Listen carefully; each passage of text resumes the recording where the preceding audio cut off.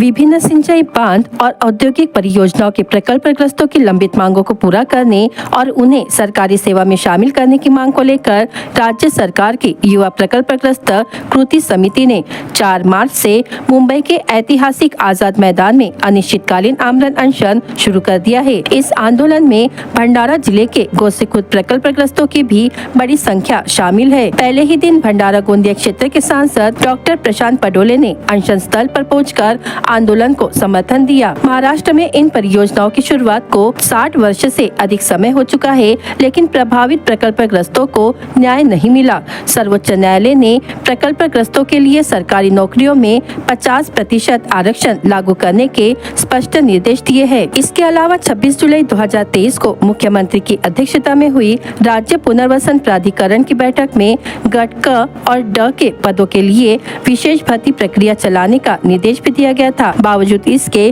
प्रशासनिक स्तर पर ठोस कार्रवाई नहीं होने से आंदोलनकारी मजबूर होकर आमरण अनशन पर बैठे हैं। इस आमरण अनशन का नेतृत्व युवा प्रकल्पग्रस्त कृति समिति के राज्य उपाध्यक्ष भाऊ कातोरे कर रहे हैं। इनके साथ फकीरचंद उइके, कामदेव उइके, बिसन भलावी, बालकुशन उइके, मनोहर नेताम, श्रीचंद भलावी, सुखदेव मरस कोल्हे, कमलदास उइके, वैशाली रूपचंद गजाम और सुलोचना उइके शामिल है। माझे नाव भाऊ कातोरे, जिल्हा भंडारा।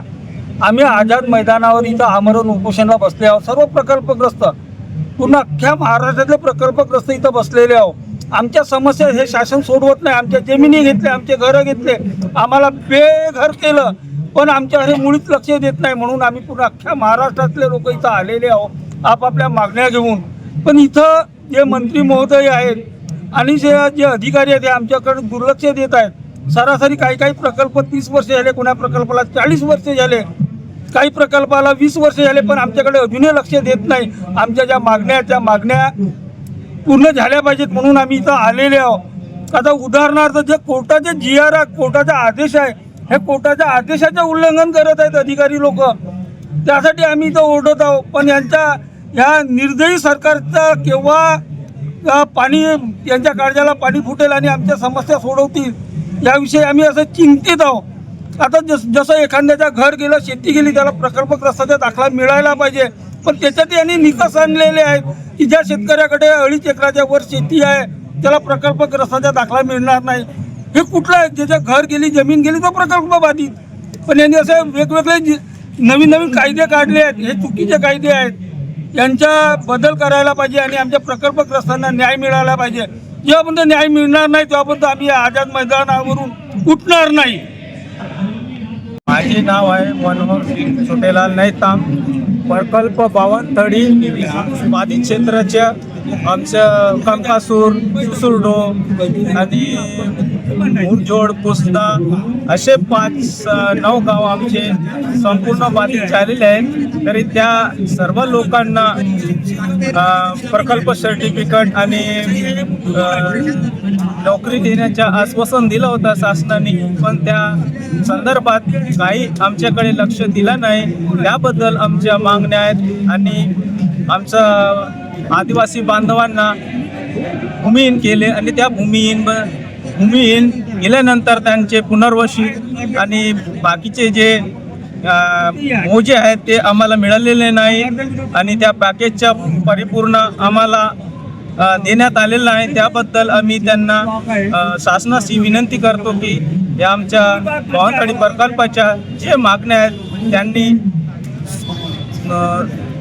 शासनाच्या निधी अनुसार आणि आपल्या नियमांच्या अनुसार आमचे मागण्या पूर्ण करण्यात यावी असं मी त्यांना विनंती करो। तो जय हिंद, जय महाराष्ट्र। माझे नाव सुलोचना उइके आहे। मी बावनथडी प्रकल्पग्रस्तमधून आहे। माझं गाव नाव कंकासूर आहे।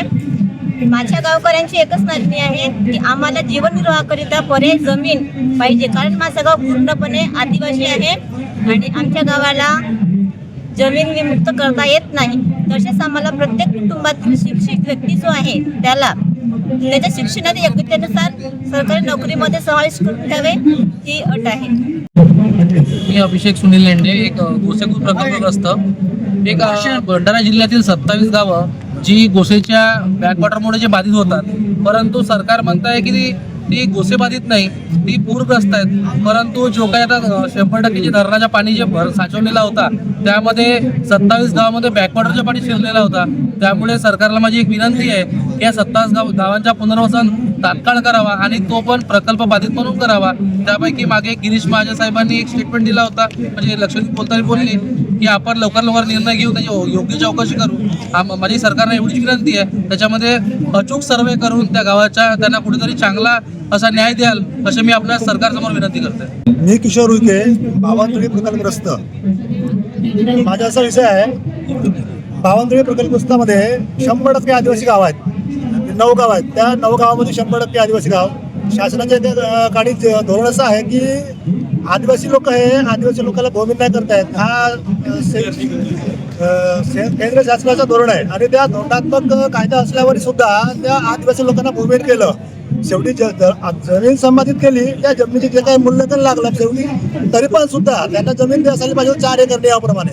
तो आतापर्यंत कोणत्याही कुटुंबाला जमीन न दिली आहे, न नोकरी दिली आहे, न आर्थिक पॅकेज दिले आहे. तर मला तेच मागणी आहे की आता भावना मागितलं आमचे प्रतिनिधी की या नोकरी आणि आर्थिक पॅकेज आणि पर्याय जमीन ह्या आम्हाला पाहिजे. आम्ही तेच मागत आहोत. नमस्कार, धन्यवाद.